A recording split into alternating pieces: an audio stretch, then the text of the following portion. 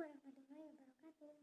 Perkenalkan, nama saya Anna Maulida Hilmania Lestari dengan NIM 1910400801. Di sini saya akan sedikit memaparkan mengenai penerapan harga dalam Islam.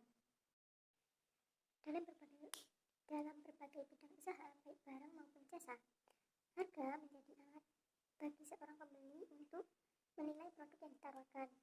Harga menjadi alat yang tepat bagi pembeli saat kebingungan menilai produk tersebut.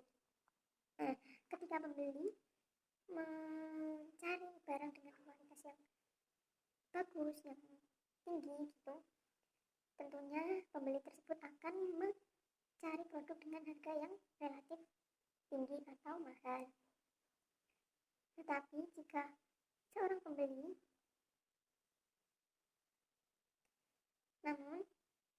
ketika seorang pembeli mencari produk dengan kualitas yang relatif biasa aja, dia akan mencari produk dengan harga yang lebih rendah atau tidak terlalu mahal. Harga dapat diartikan sebagai nilai suatu barang yang ditentukan atau dirupakan dengan uang. Menurut Philip Kotler, harga adalah suatu unsur bauran dalam pemasaran yang menghasilkan pendapatan. Unsur-unsur bauran terdiri dari 4 unsur. Yang pertama harga, produk, saluran, dan promosi.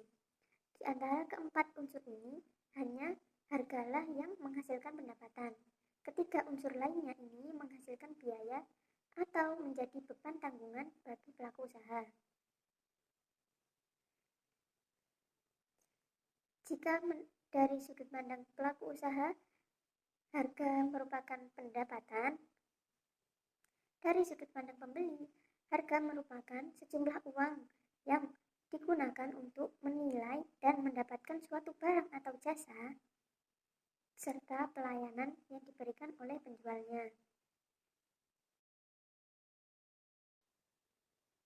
Dalam menetapkan harga suatu produk, setiap pelaku usaha pastinya memiliki tujuan yang berbeda-beda. Beberapa tujuannya yaitu 1. Tujuan berorientasi pada volume. Selain untuk mendapatkan laba atau keuntungan, harga yang ditentukan ini adalah harga yang dinilai dapat mencapai target penjualan volume tertentu. Target penjualan volume ini bisa dalam ton, kilo, unit, meter kubik, dan lain-lain. Beberapa contoh pelaku usaha yang menerapkan tujuan ini sebagai penetapan harga yaitu perusahaan travel, perusahaan penerbangan, perusahaan bioskop. Tujuan yang kedua yaitu tujuan berorientasi pada citra atau image. Citra atau image suatu pelaku usaha dapat didapatkan dengan penetapan harga. Pelaku usaha dapat menetapkan harga yang tinggi atau mahal apabila ia ingin mendapatkan citra yang prestisius atau terpercaya. Sebaliknya juga, perusahaan juga dapat mendapatkan citra tertentu dengan menetapkan harga tertentu. Misalnya, suatu penjual menetapkan harga dengan harga rendah. Nah, dengan jaminan harga tersebut merupakan harga yang paling murah di wilayah tersebut. Maka penjual itu akan mendapatkan citra penjual yang termurah. Gitu.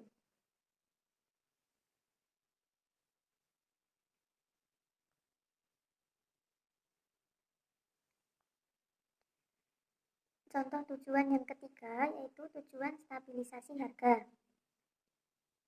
Dalam suatu pasar produk dengan konsumen yang sensitif terhadap perubahan harga, saat salah satu penjual atau perusahaan ini menurunkan harga atau mengubah harga, maka pesaingnya atau penjual yang lainnya harus melakukan perubahan harga juga. Tujuan lain yang menjadi penetapan harga pelaku usaha lainnya antara lain mencegah adanya pesaing, mempertahankan hubungan dengan pelanggan, mendukung penjualan ulang, dan masih banyak lagi.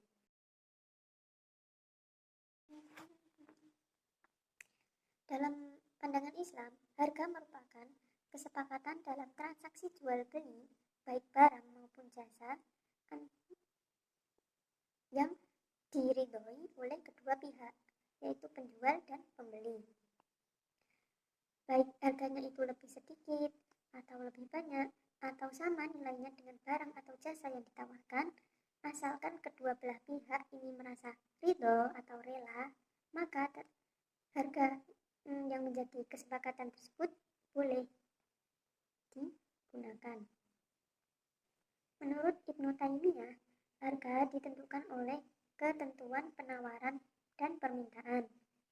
Permintaan produk atau jasa datang dari pembeli dan pemasaran dari penjual atau pengusaha.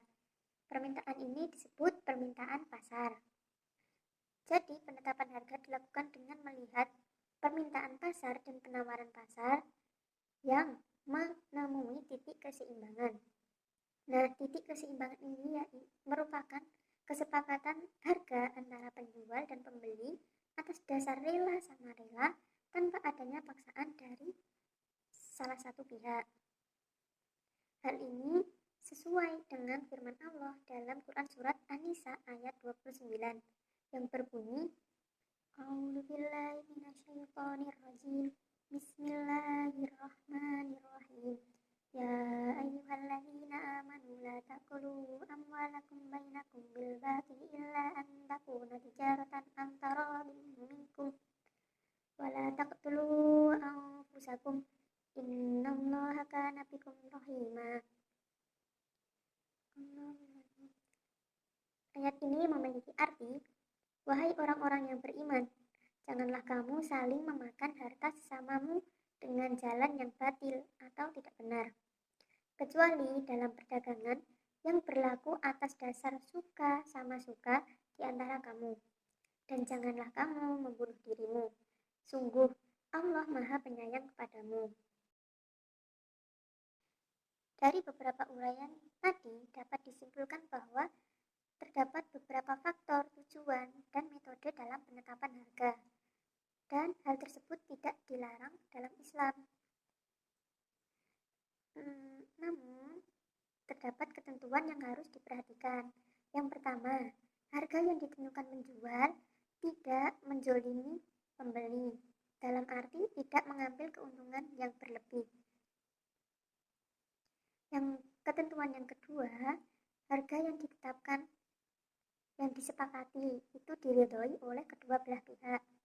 Penjual ridho, barang atau jasanya diberikan kepada pembeli dan ditukar dengan sejumlah uang yang telah disepakati. Pembeli ridho memberikan sejumlah uang yang sudah disepakati untuk mendapatkan barang atau jasa dari penjual. Cukup sekian pemaparan materi dari saya.